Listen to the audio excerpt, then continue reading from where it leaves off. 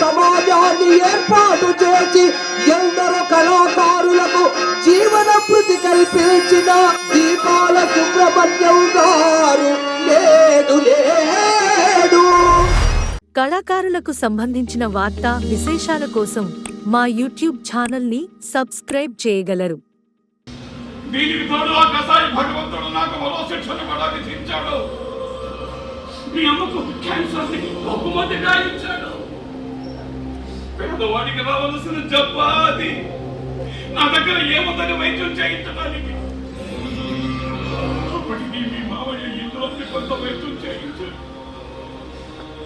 ఆ తర్వాత మా దగ్గర ఏమీ లేదు వైద్యం చేయించడానికి. మీ అమ్మ చచ్చిపోతూ, ఏమండి మీ అమ్మకు నాన్నకు నాకు పట్టిన గది నా బిడ్డకు పట్టనివ్వకండి అంటూ కన్నీరు మున్నీరుగా విలపిస్తూ చచ్చిపోయింది.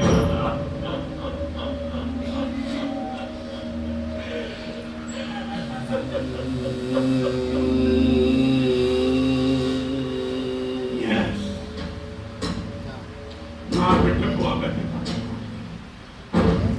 బిడ్డకు ఆ గతి పట్టకూడదు. అప్పుడు మొదలెట్టాను ఈ తొండాట.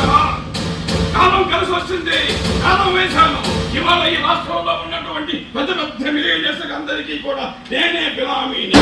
వాళ్ళ డబ్బులు వాళ్ళు ఖర్చు పెట్టుకోవాలన్న నా సంతకం కావాలి. ఈ వ్యవస్థంతా కూడా నీకోసమే సాధించాను. నిన్ను బంగారపు సింహాసనంపై కూర్చోబెట్టి చూసుకోవాలనే చేశాను. చేసే పాపకు పని చేస్తూ కుటుంబం కోసం, భార్య బిడ్డల కోసం చేసేనని చెప్పడం ప్రతి లంచకొండికి మామూలేనా? మీరు మాకు ఏది ఇస్తే అదే మేము సమాజానికి ఇస్తాం. మీ నాన్న స్వతంత్ర సమరయోధుడు, స్వతంత్రాన్ని మీకు గిఫ్ట్గా ఇచ్చాడు. నేనేం పాపం చేశాను నాన్న? మీ అవినీతిని నాకు గిఫ్ట్గా ఇవ్వాలని. నువ్వు నన్ను తండ్రిగా చూడటం లేదురా, శత్రువులాగా చూస్తున్నావు. నీ మాటలతో నన్ను హింసిస్తున్నావు. తినవడమన్నా ఒక పిల్లమ్మనే వచ్చావమ్మా, రామ్మా. ఇప్పుడు నీకు ఆనందంగా ఉందా? తండ్రి కొడుకులు ఎలా కుమిలి కుమిలిపోతున్నారో చూసి ఆనందించాలని వచ్చావా? రామ్మా, చూడవండి. లేదు, డబ్బు కోసం మా నాన్నని పొట్టన పెట్టుకున్న రాక్షసులు మీరు. నా మిత్రుల్ని కూడా ఏదైనా చేస్తారనే భయంతో వచ్చాను. ధర్మ, ఎంత గొప్ప మంచివి రాను.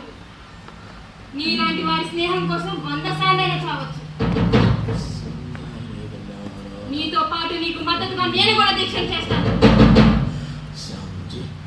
నువ్వు వెళ్ళిపోయినా నీ స్థానంలో నేను కొనసాగిస్తాను. నేను చూస్తాను.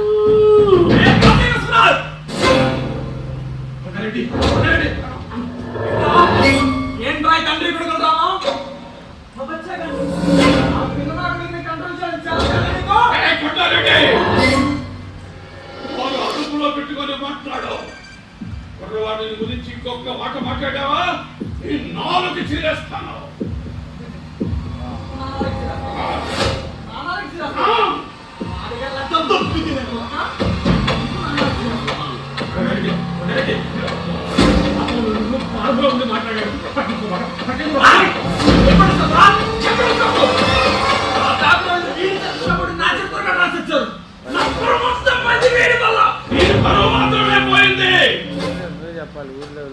నువ్వు కబ్జా చేసిన భూమి కాలుకోమని ఇక్కడే నా కళ్ళ ముందే విషం తీసుకుని ప్రాణాలు. నిండు మనిషిని పట్టున పెట్టుకున్నావు. నిండు మనిషిని పట్టున పెట్టుకున్న రాక్షసుడివి. నీది ఒక పొలవు పోరా బయటికి.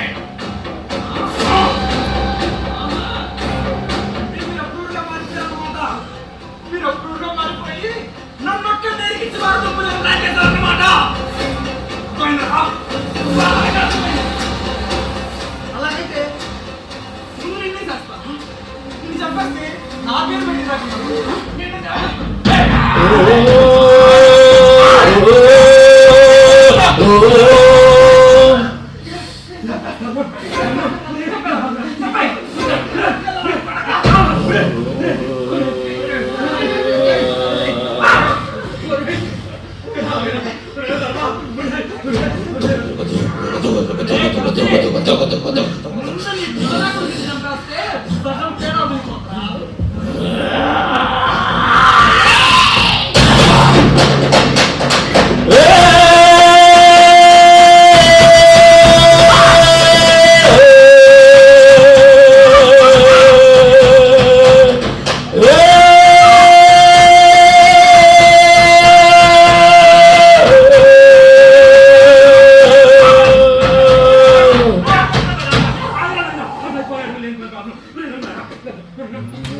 నువ్వు బాగా బాబు బాగా బయటికి పో.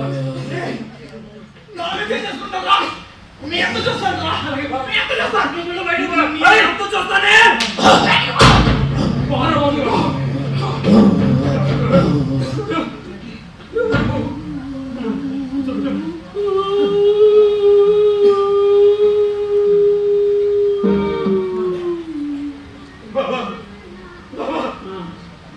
మన ధర్మగాడు మనకు శత్రువు కాదు బాబా. మనలోని దుర్గుణాలకు మాత్రమే వాడి శత్రువు. మనం లోపానికి దగ్గరైపోయి ప్రేమకు దూరం అయిపోతున్నాం బాబా. వాడు చేసేది ప్రేమ యుద్ధం బాబా, ప్రేమ యుద్ధం.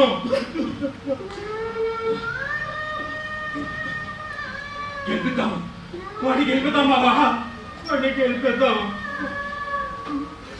ఆకే బతుకుంటే వాడిని గెలుపుతాం బాబా.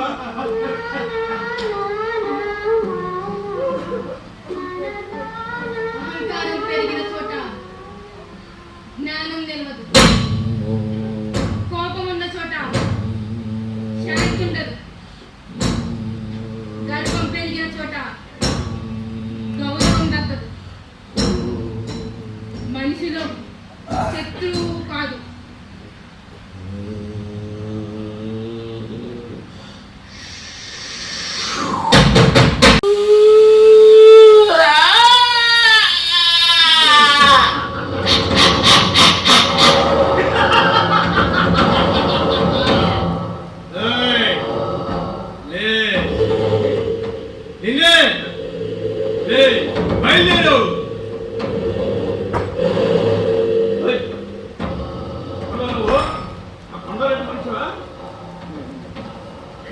తేలుకుంటూ వచ్చా, ఇప్పుడు నిన్ను గాల్లో ఈడ్చుకుంటూ పోతా. ఏం బెదిరిస్తున్నావా? పోలీసులకు ఫోన్ చేయమంటావా? ఏంటా నవ్వుతున్నావు? ఇక ఎవరు నువ్వు? ఏ నాయనా, నేను ఎవరవుతాను రా? నువ్వు చచ్చిపోయావు. నీ ఆత్మ తీసుకెళ్ళిపోతా. నేను చచ్చిపోవడం ఏమా? నీకు చావు లేదా? నువ్వు చచ్చిపోవా? ఒరే నాయనా, నువ్వు చేసే బాబాలకు నాకు చచ్చావురా. ఇక బయలుదేరు. నమ్మకం కలగడం లేదా? అయితే నిన్ను నువ్వే గిల్లుకో, నేనా రెప్పుకొని చూసుకో. నీకే నొప్పి కలగదు. అనుకో, నీకు నొప్పి తెలుస్తుంది. ఎందుకంటే దగ్గర పూర్తి హక్కు నాకు మాత్రమే ఉంటుంది కనుక.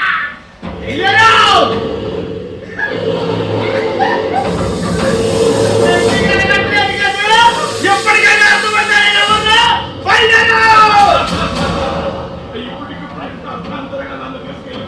అంత ధర్మం కాదు సార్. ఒక 4 రోజులు గడువు ఇప్పించండి, అన్ని సెటిల్ చేసేసి నేను చచ్చిపోతాను.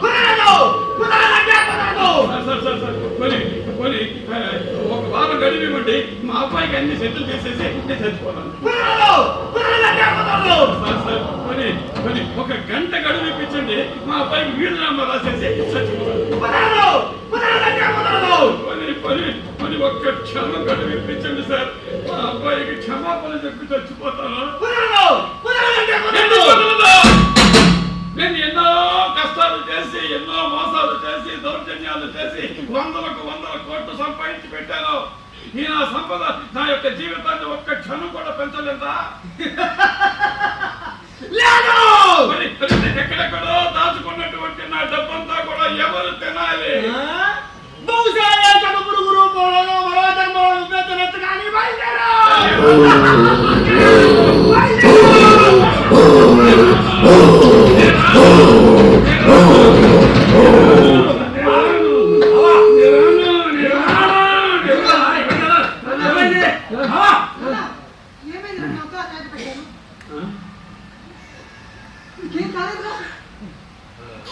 ఏమైంది బాబా? ఏదో అడిగింది. అయితే మంచిగా అయినట్టుంది.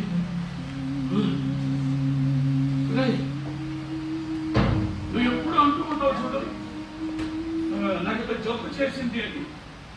ఆ జబ్బు తగ్గిపోయినట్టుంది. ఒక విషయం,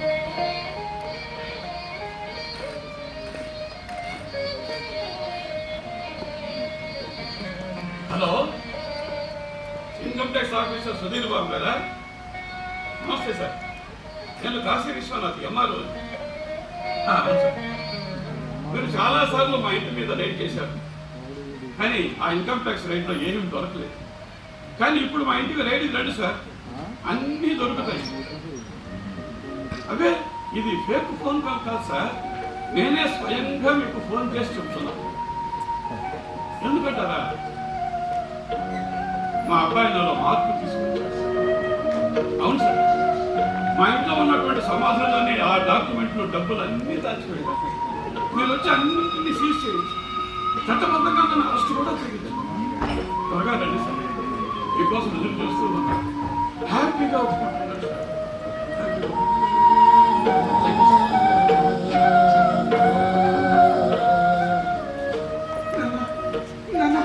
నన్ను క్షమించు నాన్న, నన్ను క్షమించు నాన్న, నన్ను క్షమించు. లేదండి,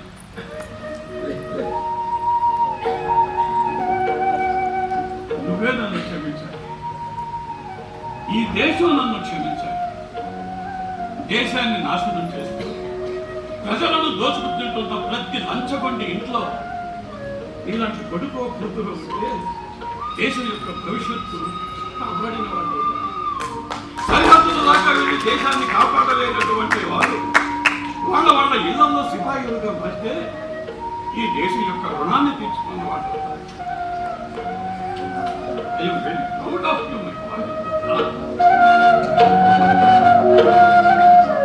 కళాకారులకు సంబంధించిన వార్తా విశేషాల కోసం మా యూట్యూబ్ ఛానల్ని సబ్స్క్రైబ్ చేయగలరు.